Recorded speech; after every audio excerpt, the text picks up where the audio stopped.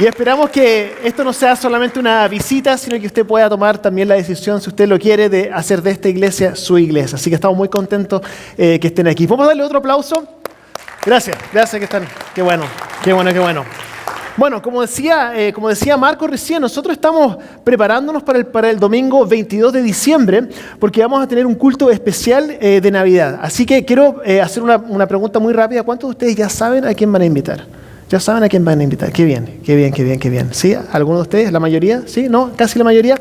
Bueno, es importante entender que nosotros estamos orando para que tengamos 500 personas dentro del culto ese día, pero esas personas no van a llegar si no las invitamos. Así que quiero desafiarlos a que ustedes los inviten para que podamos tener un tiempo aquí en el cual puedan ellos poder recibir la palabra y también hacer de esta iglesia su iglesia, pero también yo me comprometo con ustedes a presentar un mensaje de lo mejor que yo pueda para que las personas puedan tener un encuentro con Cristo, porque ese es realmente el propósito final. Ahora, lo otro, también lo que decía Marcos al principio, era que nosotros necesitamos voluntarios para ese día, porque si va a venir tanta gente, necesitamos que usted pueda inscribirse para poder ayudarnos a poder recibir a las personas. Vamos a tener personas que van a estar recibiendo afuera mientras la gente llega en los estacionamientos, cuando estén entrando por las puertas y dentro de todo este proceso cuando vayan entrando. Así que si usted quiere inscribirse para poder ayudar ese día, por favor, en su tarjeta de contacto, simplemente usted puede marcar, me gustaría ayudar en el día 22 de diciembre, y es un compromiso solamente para ese día. Así que si usted lo quiere hacer, están más que bienvenidos, vamos a estar contentos de que nos puedan ayudar en ese día. ¿Les parece? Excelente. Bueno, vamos a nuestro versículo, nuestro pasaje bíblico entonces para hoy día, que se encuentra en Mateo capítulo 18. Mateo capítulo 18, y vamos a leerlo. Dice así, Mateo 18, dice, Pedro se acerca a Jesús y le preguntó, Señor, ¿cuántas veces tengo que perdonar a mi hermano que pega contra mí? ¿Hasta 7 veces? No te digo, Jesús le contesta, no te digo hasta 7 veces, sino hasta 77 veces, le contestó Jesús. Por eso dice, el reino de los cielos se parece a un rey. Hay un rey, ¿cierto? Se parece a un rey que quiso ajustar cuentas con sus siervos. Al comenzar a hacerlo, se le presentó uno que le debía miles y miles de monedas de oro. En otras traducciones dice 10.000 bolsas de oro. Lo cual, estaba estudiando un poco esto, podría ser algo así como 7 billones de dólares era lo que esta persona le debía. Entonces, cuando escuchaban a Jesús haciendo esta enseñanza, toda la gente se sorprendía pensando, pero es que eso es impagable. Exacto, ese es el punto, le debía una deuda que era impagable. Versículo 25. Como él no tenía con qué pagar, el Señor mandó que lo vendieran a él, a su esposa y a sus hijos, y todo lo que tenía para así saldar la deuda. El siervo se postró delante de él. Tenga paciencia conmigo, le rogó, y se lo pagaré todo. El Señor se compadeció de su siervo, le perdonó la deuda y lo dejó en libertad. Ahora, al salir aquel siervo, se encontró con uno de sus compañeros que le debía 100 monedas de plata, o sea, alrededor de $300. Comparamos 7 billones con $300. ¿Y qué es lo que le hizo? Lo agarró del cuello y comenzó a estrangularlo. Págame lo que me debes, le exigió. Su compañero se postró delante de él, de la misma forma en que se postró delante de la persona que le debía 7 billones, se postró delante de él. ¿Y qué es lo que le dice? Lo mismo que le dijo también, ten paciencia conmigo, le rogó, y te lo pagaré. Pero ¿qué es lo que hizo él? Se lo negó. Más bien fue y lo hizo meter en la cárcel hasta que pagara la deuda.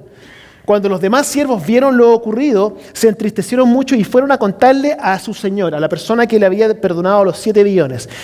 Le contaron todo lo que había sucedido. Entonces el Señor mandó llamar al siervo. Siervo malvado, lo increpó, te perdoné toda aquella deuda porque me lo suplicaste. ¿No debías tú también haberle compadecido de tu compañero, así como yo me compadecí de ti? Y él Y enojado, su señor lo entregó a los carceleros para que lo torturaran hasta que pagara todo lo que debía. Y el versículo 35 dice, así también, mi Padre Celestial los tratará a ustedes, a menos que cada uno perdone de corazón a su hermano.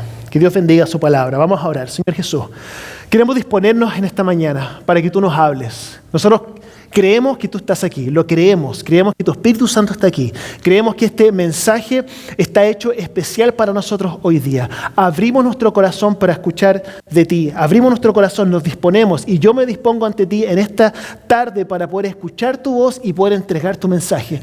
Oro, Señor, que tú hagas lo que solamente tú puedes hacer a través mío, que es entregar tu mensaje para que los corazones sean transformados. Oramos por esto, te damos las gracias en el nombre de Jesús. Y todos decimos juntos, amén, amén. Dios les bendiga. Entonces, hoy día estamos terminando una serie que se llama Bajo Presión. Bajo Presión.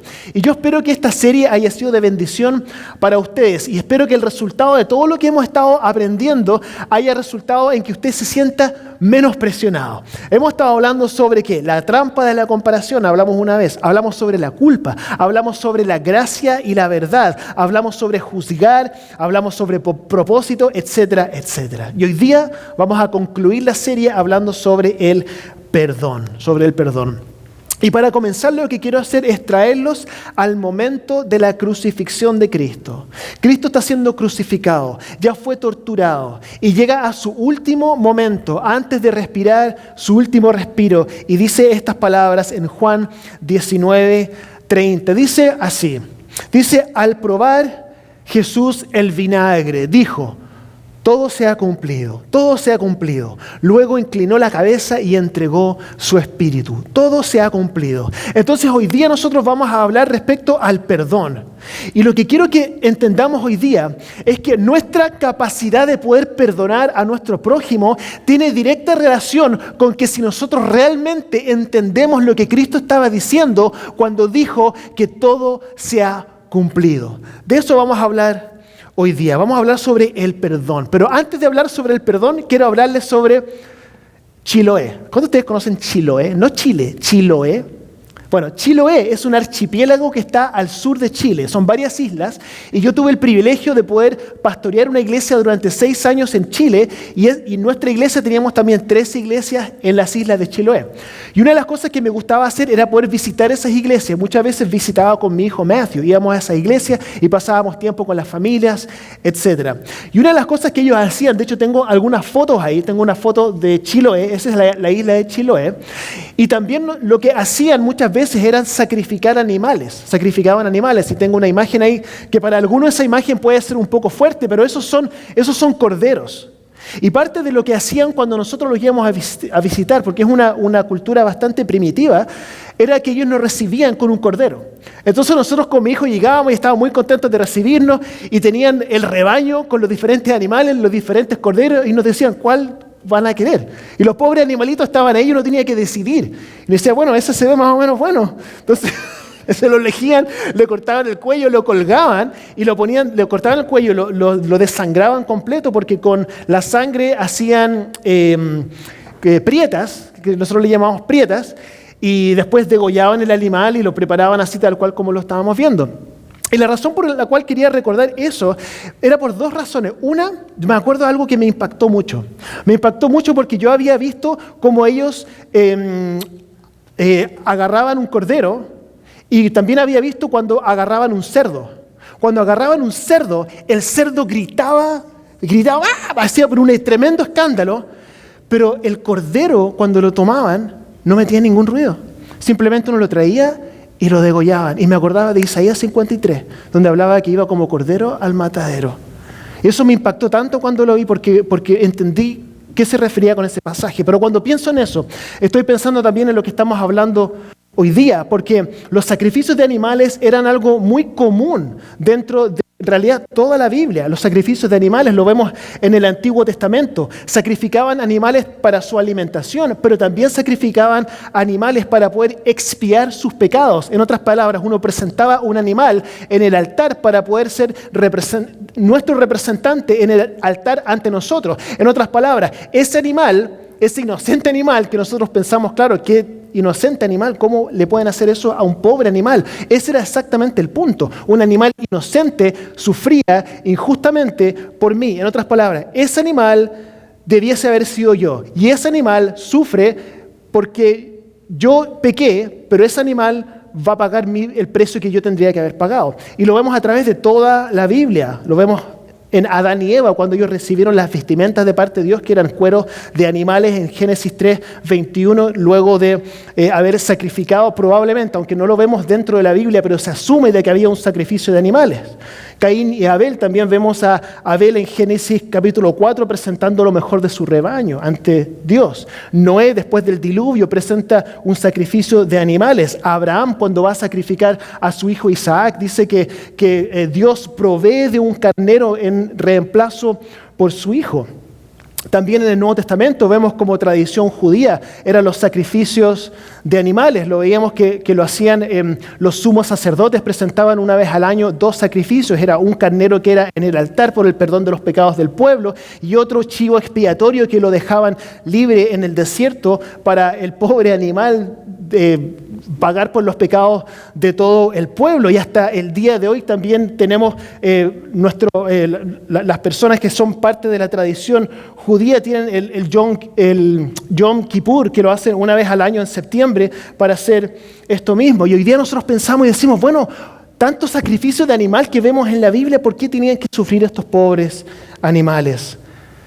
Y esto es muy importante para poder entender el tema del perdón que nosotros hemos recibido. Todos estos sacrificios de animales durante años, los sumos sacerdotes, los diferentes tipos de sacrificios de animales, todos estos son una sombra de lo real. En otras palabras, los sacrificios de animales no eran fines en sí mismos, sino que era una preparación para lo real que venía en el futuro. Vemos el autor de Hebreos, en Hebreos 10:1, dice así: la ley es solo una sombra de los bienes venideros y no la presencia misma de estas realidades. Por eso nunca puede, mediante los mismos sacrificios que se ofrecen sin cesar, año tras año, hacer perfectos a los que adoran. ¿Qué es lo que está diciendo? Que todos estos sacrificios de animales tenían un propósito, y ese propósito era ser una sombra de lo que viene. Lo voy a explicar de esta forma. Yo tuve que vivir aquí en Estados Unidos durante 3 meses sin mi familia porque tenía que terminar mis estudios para mi magíster en ministerio pastoral mientras ellos estaban en Chile.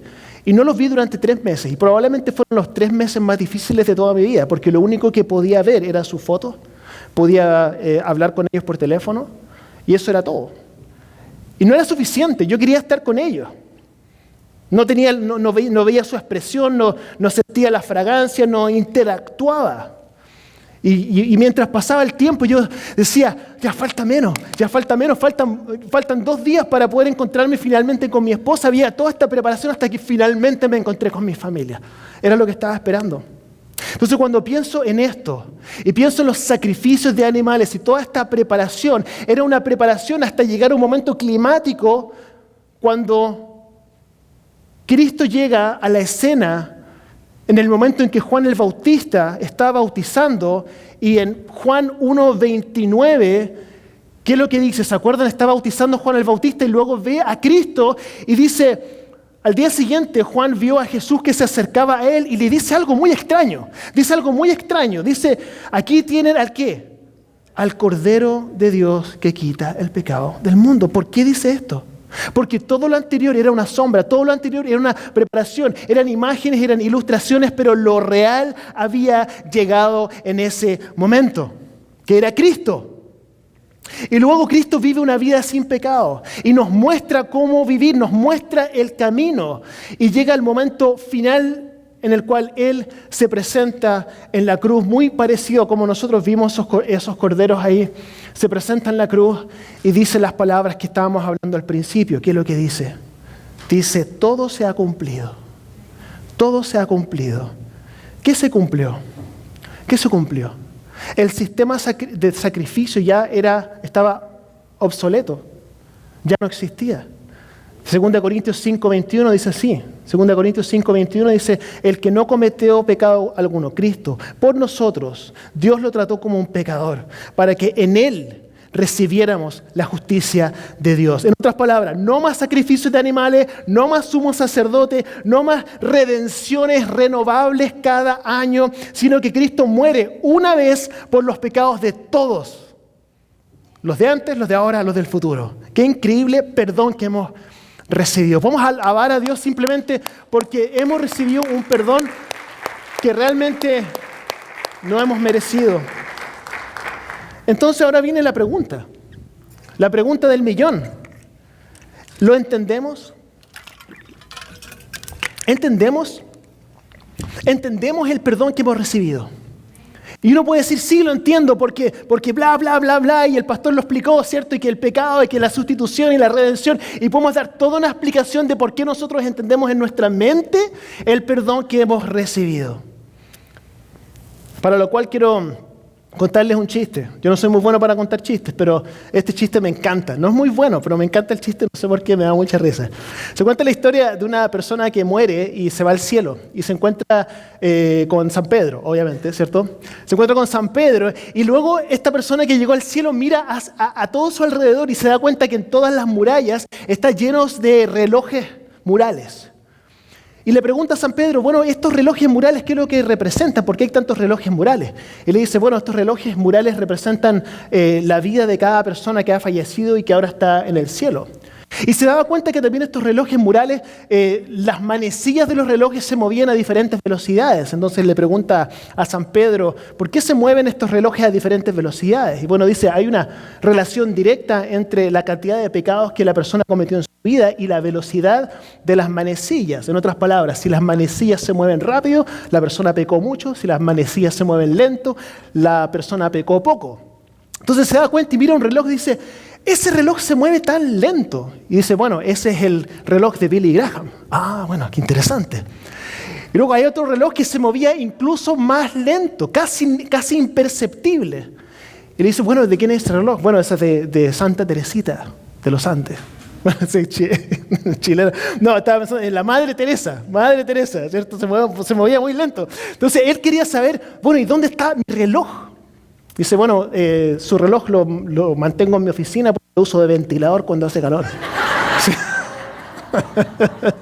Bueno, no muy bueno el chiste, pero a mí me da risa, mucha risa. Gracias por el apoyo. Entonces, mi pregunta es, obviamente, que esto no es bíblico, pero sabemos que no hay relojes en el cielo, pero a lo que me refiero es que si es que usted llegara al cielo, ¿en qué velocidad se movería ese reloj? ¿Se movería rápido? ¿Se movería lento? ¿Cuánto peca usted? ¿Cuánto peco yo? ¿Cuántos pecados comete usted al día? ¿1? ¿2? ¿Cuántos pecados cometió hoy día antes de llegar a la iglesia? Ya, digamos que yo cometo 5 pecados al día. Digamos, yo creo que cometo mucho más que eso. Digamos que cometo 5 pecados al día. Cuando yo cumpla 50 años voy a haber cometido 91.250 pecados. Son hartos pecados, sin contar los pecados de omisión.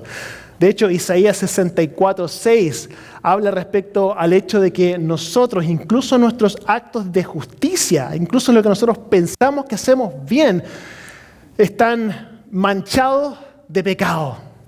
Entonces nos presentamos ante Dios como pecadores. Y hemos hablado respecto al mito de que cuando yo me bautizo y salgo del bautisterio, mis pecados no quedan en el agua, sino que sigo cometiendo pecados, pero entro dentro de un proceso en el cual me voy pareciendo cada vez más a Cristo. No pasamos de ser malos a buenos, sino de muertos a vivos. No pasamos de ser pecadores a ser perfectos, sino de condenados a perdonados. Entonces es muy importante entender esto, porque cuando hablamos del perdón que hemos recibido, podemos tener una respuesta teológica, podemos hablar sobre sustitución, redención, imputación, propiciación, podemos hablar de que no somos parte de este sistema sacrificial, pero realmente hay una sola forma de entender realmente si nosotros entendemos la dimensión del perdón que hemos recibido. Hay una sola forma. Lo cual nos lleva nuevamente a la parábola del principio. Cuando uno lee una parábola, es muy importante entender que dentro de la parábola siempre van a haber 2 personajes, a veces más, pero 2 personajes que están representados. Uno es Dios y el otro es usted o yo. Entonces, dentro de esa parábola tenemos a la persona que le fue perdonado los 7 billones de dólares. Esa persona es usted y esa persona soy yo. Nosotros también dentro de esa historia somos la persona a la cual se le perdonó la deuda. Esos somos nosotros.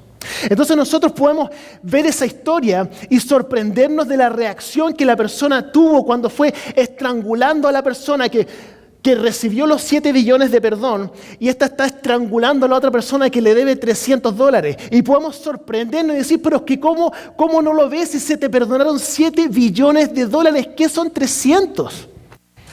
¿Cómo no entiende lo que se le ha perdonado? Si lo entendiera, sería fácil, si entendiera el perdón que ha recibido. Pero esto claramente, uno puede decir, esto claramente demuestra que no entiende la magnitud de la deuda que se le ha perdonado, ¿cierto? Bueno, cuando vemos esta historia tenemos que también dar vuelta a la tortilla. Nosotros podemos explicar con palabras, probablemente, el perdón que hemos recibido. Pero hay una sola cosa que va a evidenciar si realmente entendemos la magnitud del perdón que hemos recibido, y eso es simplemente si nosotros estamos dispuestos a perdonar a otros. Esa es la evidencia. Entonces déjeme hacerle una pregunta en esta tarde. ¿Hay alguien en su vida que le cuesta perdonar? ¿Que a usted le cuesta perdonar? ¿A un familiar?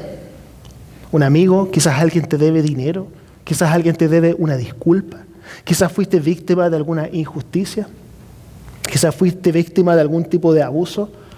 Y ahora si tu mente en este momento, porque a mí me pasa lo mismo, si tu mente en este momento se está llenando de excusas o de motivos por los cuales esta persona no se merece el perdón, tenemos que volver a la parábola. Tenemos que volver a la enseñanza de Cristo, porque si vemos la persona que la persona que estaba estrangulando, esa persona me debía los $300, sí me los debía. ¿Tendría que haberme pagado? Sí tendría que haberme pagado. Estaba en su derecho de exigir que se le pague, por supuesto. Y lo mismo es cierto en nuestra situación. Esa persona te debe una disculpa, por supuesto que te la debe. ¿Fuiste víctima en este caso? Sí. ¿Tienes derecho a exigir que esa persona restituya la relación contigo? Sí, por supuesto que sí. Por lo tanto, lo que tú haces, la decisión que tú tomas en este momento va a determinar si realmente dimensionamos o no el perdón que hemos recibido. Por eso es que Jesús le cuenta esta parábola a Pedro. ¿Por qué le cuenta esta parábola a Pedro en particular? Porque esta parábola venía en respuesta a la pregunta que Pedro le hizo. Volvemos a Mateo capítulo 18, versículo 21. Pedro se acerca a Jesús y ¿qué es lo que le dice? Le preguntó, Señor, ¿cuántas veces tengo que perdonar a mi hermano que peca contra mí? ¿Hasta 7 veces? Él pensaba que estaba siendo generoso porque en la tradición de ellos era ojo por ojo, diente por diente. Entonces, hasta 7. Dice, no. Hasta 77 veces le contestó. En otras traducciones es no 77, sino que 70 veces 7. Entonces no es un lenguaje literal. Lo que está hablando es que no hay límite para la cantidad de veces que uno debe perdonar. Y yo sé que es difícil perdonar. Porque lo que te han hecho, lo que me han hecho, no es tu culpa, no es mi culpa. Se te debe una disculpa, es cierto. Pero mi pregunta es la siguiente. Lo que te hicieron a ti en comparación con lo que Cristo hizo por ti. Y este es el problema, por eso es que es tan difícil. Porque Cristo está en la cruz. ¿Y qué es lo que le dice a las personas que lo estaban torturando? Le dice, perdónalos porque no saben lo que hacen. Y a ese extremo llegó Jesús, lo cual realmente a nosotros nos deja sin excusas. De hecho, recuerden esto, perdonar para un cristiano no es opcional. No es opcional. De hecho, cuando leemos el conocido pasaje de Filipenses capítulo 2, y lo voy a leer bastante rápido, dice, la actitud de ustedes, es muy conocido este versículo, lo hemos leído muchas veces, la actitud de ustedes debe ser como la de Cristo Jesús, quien siendo por naturaleza Dios, no consideró el ser igual a Dios como algo a que aferrarse, por el contrario, se rebajó voluntariamente, tomando la naturaleza de siervo y haciéndose semejante a los seres humanos, y al manifestarse como hombre se humilló a sí mismo y se hizo obediente hasta la muerte y muerte de cruz. ¿Por qué está diciendo Pablo esto en este momento? ¿Cuál es el contexto en el cual él está presentando esta imagen de Cristo? Está en respuesta a las relaciones humanas. Estaba solucionando un problema de relaciones. ¿Y qué es lo que le está diciendo? Le dice, miren a Cristo. Ustedes tienen problemas, miren a Cristo. Miren a Cristo. ¿Cuál es el problema? Es que el error que nosotros cometemos es que nos miramos a nosotros como referente de si vamos a decidir perdonar o no. Y eso es muy difícil porque muchas veces las personas que nos han hecho algo mal no se merecen nuestro perdón. Realmente no se lo merece. Por eso es que no dice mira a la otra persona, dice mira a Cristo, mira lo que Cristo hizo. Y cuando vas a decidir si vas a perdonar o no a esa persona, no mires a esa persona, mira a Cristo, mira lo que Cristo hizo por ti, de la misma forma en que Cristo le perdonó los 7 billones y tú estás estrangulando a esa persona que te debe 300. Es lo mismo que nosotros hacemos cuando no estamos dispuestos a perdonar a las personas porque decimos es injusto, es injusto, es injusto. Sí, es injusto, es verdad que es injusto. Y lo que nosotros le hicimos a Cristo también es injusto por la vida que nosotros llevamos, pero Él nos perdona. Vez tras vez, tras vez, tras vez. Nuestro referente tiene que ser Cristo, siempre, siempre, siempre. Efesios 5 habla sobre el sometimiento mutuo. ¿Qué es lo que dice? Dice, sométanse los unos a otros sométanse los unos, estoy pensando en inglés, sométanse los unos a los otros en reverencia ¿a quién? A Cristo. No dice sométanse los unos a los otros en reverencia al otro, porque muchas veces el otro no se merece que yo me ponga por debajo. Pero cuando me pongo en referencia a Cristo, en reverencia a Cristo, Cristo siempre tiene que ser nuestro referente. Igual como Esteban, cuando estaban apedreando a Esteban, ¿qué es lo que le dice Esteban? A las personas que lo estaban matando de una manera horrible, le dice muy parecido a lo que Cristo dijo. Les dice, no les tomes en cuenta este pecado. ¿Cómo una persona puede encontrar la fuerza de poder decir eso en ese momento? En un momento de tanta injusticia, ¿cómo encuentra la fuerza? Su referente, ¿quién es? ¿Las personas que lo estaban apedreando? No se merecían el perdón de Esteban. Su referente era Cristo y lo mismo debe ser cierto para nosotros. Lo que hace tan difícil para nosotros perdonar a nuestro prójimo es que no usamos a Cristo como referente. Si usamos cualquier otra cosa que no sea Cristo como referente, no vamos a ser capaces de perdonar. La actitud de ustedes, dice el versículo en Corintios que recién leíamos, la actitud de ustedes debe ser como la de Cristo Jesús. Algunos pueden decir, no, yo ya perdoné. De hecho, a esa persona ya ni le hablo, ellos están muertos para mí. Ya, eso no es perdonar, por si acaso. Entonces la pregunta quizás pueden hacer, ¿cómo sé si he perdonado de verdad? ¿Cómo lo sé? Y este verso les va a mostrar, y este verso nos va a incomodar. Este versículo nos va a mostrar si realmente hemos perdonado o no. Mateo capítulo 5, versículo 43 dice así. Ustedes han oído que se dijo, ama a tu prójimo como a ti mismo. ¿Está bien el versículo, no? Bueno, lo voy a leer desde acá. Ama a tu prójimo y odia a tu enemigo. Pero yo les digo, amen a sus enemigos y oren por quienes los persiguen. ¿Cómo sabes si has perdonado a tu hermano, a tu hermana, a tu compañero de trabajo, a tu amigo? Esta es la pregunta que tienes que hacerte. ¿Puedes orar por ellos? ¿Puedes amarlos y orar por ellos? Si honestamente no puedes amarlos y no puedes orar por ellos, yo no te estoy jugando porque yo también he estado ahí. Tenemos trabajo que hacer. Tenemos trabajo que hacer.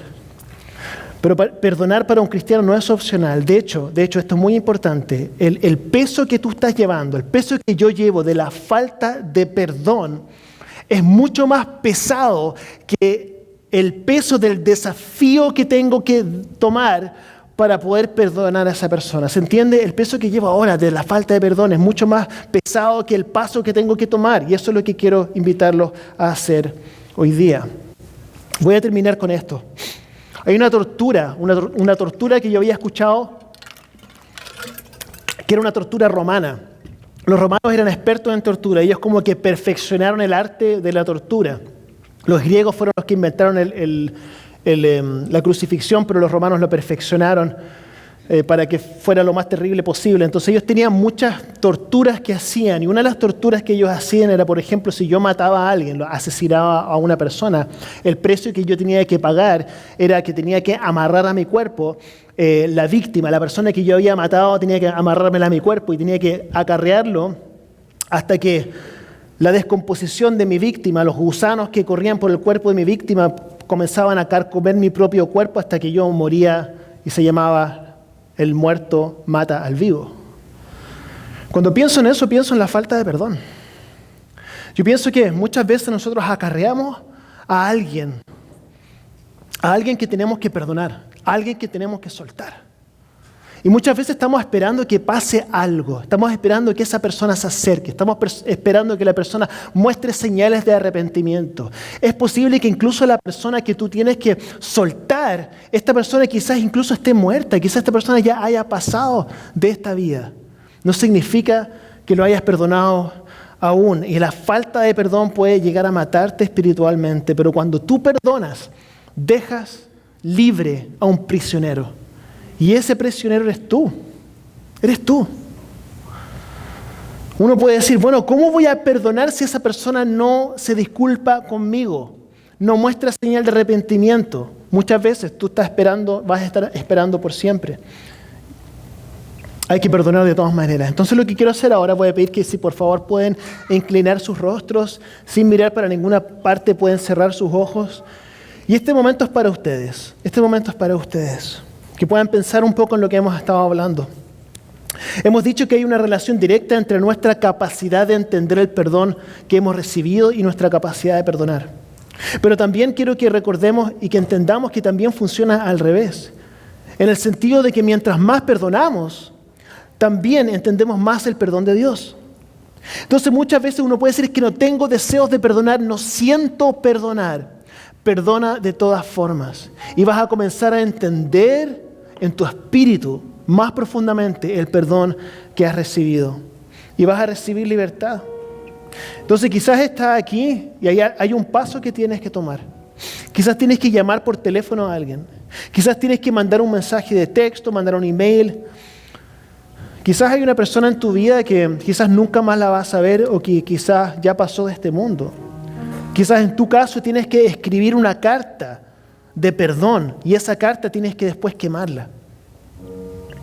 Entonces, yo no sé cuál es tu situación en esta mañana, pero si tú necesitas ayuda en esta área, sin nadie mirando para ningún lado, con los ojos cerrados, voy a pedir que simplemente levantes tu mano para poder orar por ti. Amén. Amén. Dios te bendiga. Dios te bendiga. Dios le bendiga. Dios le bendiga. Señor Jesús, siento el peso del tema, Señor. Siento la dificultad que esto es, Señor. Y creo que es importante entender que tú puedas revelarnos la profundidad de tu sacrificio. Que tú puedas revelarnos en nuestro espíritu el precio que tú pagaste por nosotros.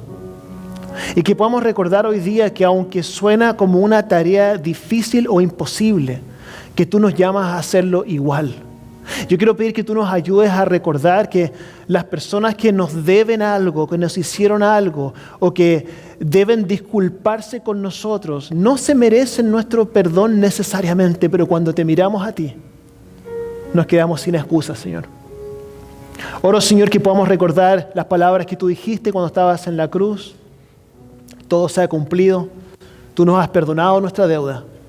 Ayúdanos a hacer lo mismo con nuestro prójimo. Oramos esto y te damos las gracias en el nombre de Jesús. Amén.